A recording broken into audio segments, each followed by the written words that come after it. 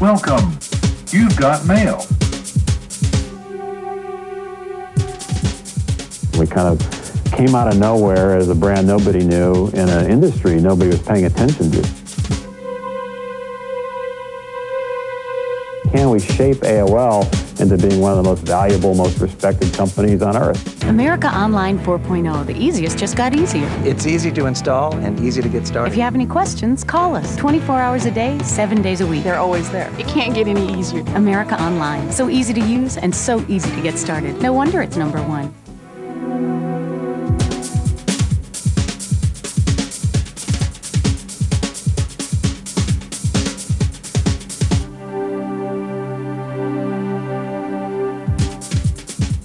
AOL really got started as a communication service. It was a way for people on computers to talk to each other, to establish communities, to get to know each other, to share interests. America Online started as a vision of Steve Case. And he believed in the very beginning, when he saw early bulletin boards just starting, wasn't even called the Internet or World Wide Web, he said people will want to be able to create communities and stay in touch with each other using this new medium. Way back when, I think the vision always has been to be as important to people's lives as the telephone or the television. At a certain point, as we gained critical mass, we started to move into e-commerce. The early e-commerce players started to understand what the medium was, how to develop it, because the essence of this medium is convenience. Well, I think that shopping online this holiday season would save a lot of time. Last year I did all my Christmas shopping on AOL and everyone thought I was crazy. This year, everyone's shopping online. If you buy it on the internet, you get like some discounts and stuff. You know, you can just hop online and do it from home early in the morning, whenever. You don't have to worry about when the store's open or closed. Today's AOL subscriber is your mother, my aunt, and actually now my grandmother, and probably a lot of our brothers and sisters. It is the mass market. AOL has become a mainstream tool that people use to be able to manage your life, stay in touch with other people, buy things, and learn. When you go back and you think about how AOL has really grown, we've had two key challenges. The first one was figuring out how to make getting online easy enough for the mass market. And that has been an unbelievable challenge. Today, with a free disk that almost anyone has access to, pop it in, automatically installs and sets up and actually initiates on your computer. There's nothing else as easy as that. Still not as easy as picking up a clicker for a DV and pressing power on, but we're getting close to that.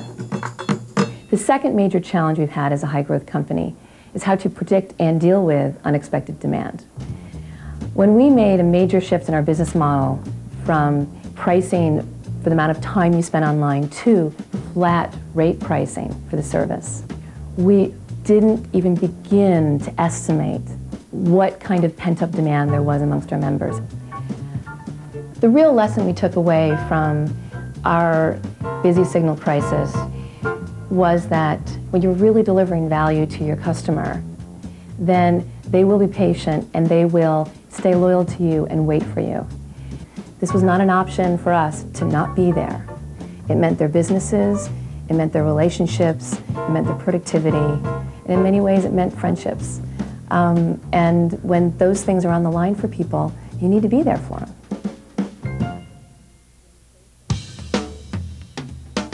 The popular things selling online are all the same things that people are buying in the malls down the street. As a matter of fact, we're selling everything from $1 greeting cards to $5,000 treadmills. And yes, books and music and videos are all very popular because the selection you can get online is just far greater than anything you can get in a traditional bricks and mortar store.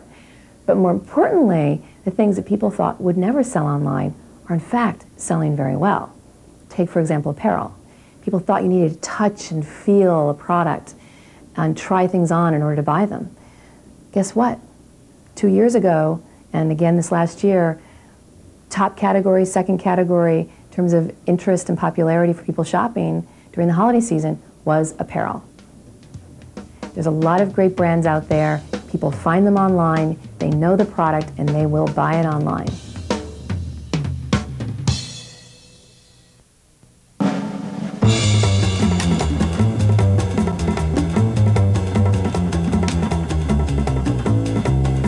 When I first joined the company, convenience meant that you could buy things 24 hours a day. Well, guess what?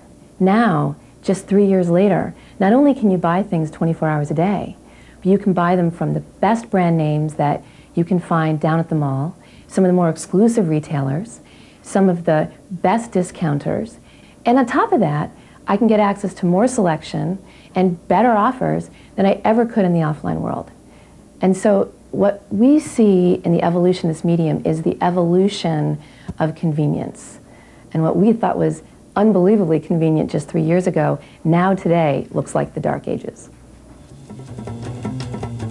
We're seeing a lot of different behaviors around cost or low price searching online. There is one fundamental section of customers who are online buying just because they don't have time to go to the mall. There's another segment of customers who are very similar to the group of people who we see in the offline world who shop at major discount warehouses. And they too online will spend hours searching for the lowest price. So we see some people who are price focused and some people who are almost 100% convenience focused. Consumers want to be able to feel smart about a decision they're making. They want control over the choice they're making. And what online allows them to do is to get unbelievable amounts of information prior to making a decision. I can look and see what other consumers have thought about a specific product. I can ask questions of third-party experts. And I can also go in many cases, sometimes even trial a product online. So I think that this consumer power makes them smarter consumers and gives them the control that they're looking for, particularly around large dollar purchases. One of the opportunities that online presents to traditional retailers is that it gives them this flexibility to be able to reach markets that in the offline world they're much more constrained around. Online, in fact, you can present a different store to different types of people and different offers, in fact, if you choose to. You're given the opportunity to actually either customize a product for people or let them actually personalize it for themselves. In the online world, you can actually put information up, put content up, and link things and see if customers come. And when they come, you know it's good and you do more of it. And so the things that we've really concentrated on that our customers have voted by clicking their mouse that they love are, number one, email, two, chat, instant messaging, all the communication. People want to stay in touch and they want to do it real time online. They go get the news, they go check their stats quotes, they manage their portfolios online, and check the weather, and then often now, more and more frequently, they're buying things online. We've gone from 14 minutes a day to almost an hour a day. We know that we're working and adding the right things.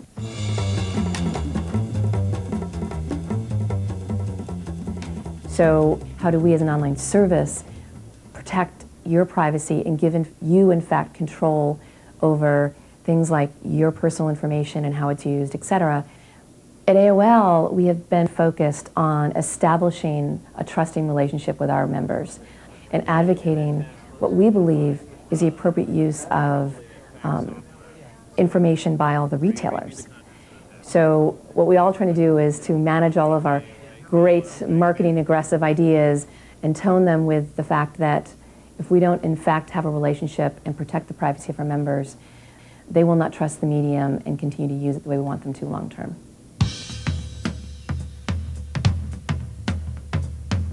The Netscape purchase for AOL is really a landmark in terms of our growth as a company. Electronic commerce in particular is at a turning point now.